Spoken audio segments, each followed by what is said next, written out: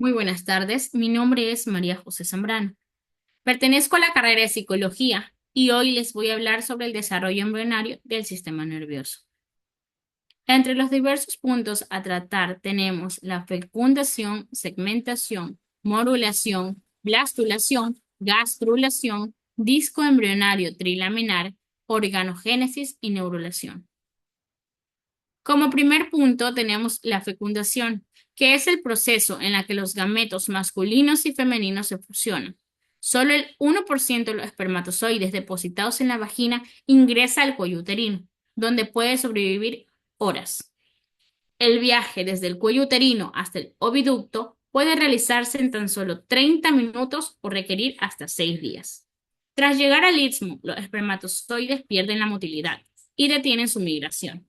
En el momento de la ovulación, los espermatozoides recuperan motilidad y nadan hasta el ámpula, donde suele ocurrir la fecundación. Los espermatozoides no pueden fecundar al ovocito justo después de llegar al aparato reproductor femenino, sino que deben experimentar la captación y la reacción acrosómica.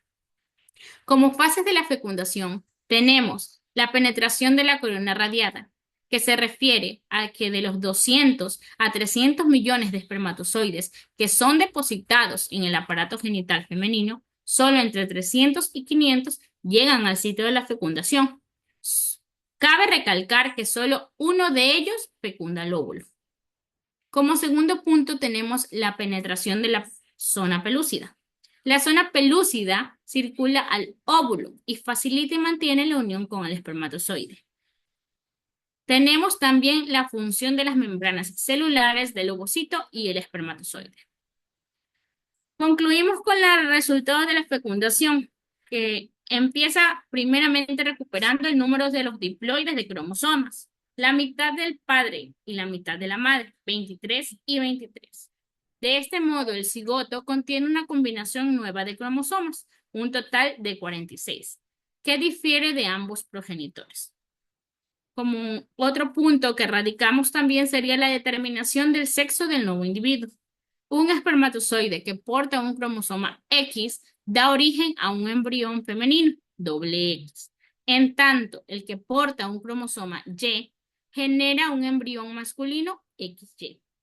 Y como último punto, tenemos el inicio de la segmentación. Segmentación. El proceso de segmentación consiste en la aparición de divisiones mitóticas repetidas en el cigoto, lo que incrementa rápidamente su número de células. Estas células embrionarias son cada vez más pequeñas, con cada división de segmentación sucesiva. Durante la segmentación, el cigoto permanece en el interior de la zona pelúcida. La división del cigoto en blastómeros se inicia aproximadamente después de 30 horas de su fecundación. Las divisiones de segmentación subsiguientes se producen una tras otra, con formación de blastómeros progresivamente más pequeños. Tras la fase de 9 células, los blastómeros muestran un cambio de configuración y se alinean estrechamente entre sí para formar una masa redondeada y compacta de las células. Morulación. Cuando se ha formado entre 12 y 32 blastómeros, el ser humano en desarrollo se denomina mórula. Las células internas de la mórula están rodeadas por células trofoblásticas. La mórula se forma aproximadamente 3 días después de la fecundación, en el momento en que se introduce en el útero. La blastulación. Poco tiempo después de la entrada de la mórula en el útero, aproximadamente 4 días después de la fecundación, aparece en su interior un espacio relleno de líquido, el blastocele. El líquido atraviesa la zona pelúcida procedente de la cavidad uterina y forma este espacio. A medida que aumenta la cantidad de líquido, el blastocele separa los blastómeros en dos zonas: una capa celular externa delgada que trata sobre el trofoblasto que origina la parte embrionaria correspondiente a la placenta, y un grupo de blastómeros localizados centralmente que trata que el embrioblasto da lugar al embrión. La zona pelúcida desaparece, lo que permite el inicio de la implantación. En el humano, las células trofoblásticas ubicadas sobre el polo embrioblástico comienzan a penetrar entre las células epiteliales de la mucosa uterina alrededor del sexto día. La gastrulación es el proceso en el que se establecen las tres capas germinales, que vienen a ser el ectodermo, mesodermo y endodermo. La gastrulación comienza con la formación de la línea primitiva en la superficie del epiblasto. Al inicio, la línea está un poco definida, pero el embrión de 15 a 16 días puede ya observarse con claridad. Un angosto surco con regiones un tanto abultadas. En el externo cefálico de la línea, el nodo primitivo consiste en una zona con alivación discreta, a la que circundan las pequeñas fosas primitivas. Las células del epiblasto migran hacia la línea primitiva, que al llegar a la región de la línea adquieren configuración en forma de matraz. Se desprenden del epiblasto y deslizan bajo él. Este movimiento de hundimiento se conoce como invaginación. Tras invaginarse, algunas de estas células se desplazan al hipoblasto, lo que da origen al endodermo embrionario, en tanto que otras se sitúan entre el epiblasto y el endodermo, recién creado para construir el mesodermo. Las células que permanecen en el epiblasto constituyen al ectodermo. Así, el epiblasto, mediante el proceso de la gastrulación, que es la fuente de todas las capas germinales, y las células, en estas capas se darán origen al resto de los tejidos y órganos del embrión. Disco embrionario trilaminar y organogénesis. Durante el desarrollo del embrión en la fase de gastrulación, se forma un embrión trilaminar, las tres capas germinales antes mencionadas, el ectodermo, el mesodermo y el endodermo, los cuales dan origen a todos los tejidos y órganos. Derivados ectodérmicos. Es la capa más externa de las tres capas germinales. Los derivados del ectodermo pueden dividirse en dos clases principales: los derivados del ectodermo en superficie y los derivados del neuroectodermo. El ectodermo en superficie puede contener lo que es la epidermis y sus derivados: uñas, pelos, glándulas sudoríparas, glándulas mamarias, el adenohipófisis y la mucosa de la cavidad bucal, entre otras. El neuroectodermo contiene el tubo neural y sus derivados neural.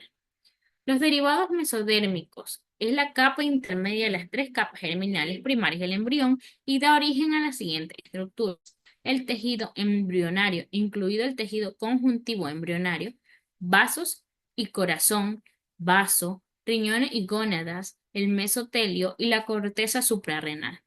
Los derivados endodérmicos es la capa más interna de las tres capas germinales. En el embrión temprano forma la pared del intestino primitivo y da origen a proporcionarse hilos epiteliales o el revestimiento de los órganos, tales como el epitelio del tubo digestivo, el revestimiento epitelial de la vejiga uterina, el epitelio del sistema respiratorio, el epitelio del revestimiento de la cavidad timpánica. Neurulación. Los procesos implicados en la formación de la placa neural y de los pliegues neurales, así como en el proceso de cierre de los pliegues neurales para formar el tubo neural, se denomina neurulación. Placa y tubo neural. El neuroectodermo de la placa neural origina el SNC, es decir, el encéfalo y la médula espinal. El neuroectodermo también origina en otras estructuras, como por ejemplo la retina. En el primer momento, la placa neural tiene la misma longitud que la notocorta subyacente. Aproximadamente el día 18, la placa neural muestra una invaginación en todo su eje central, formando un surco neural longitudinal medial que representa a cada lado pliegues neurales. Los pliegues neurales son especialmente prominentes en el extremo craneal del embrión y representan los primeros signos de desarrollo del encéfalo.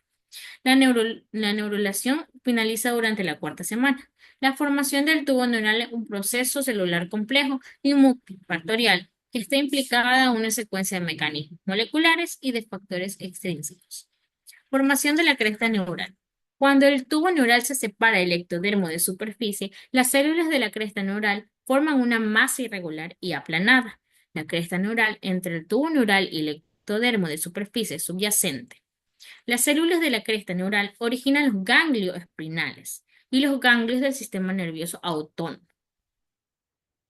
Muchísimas gracias.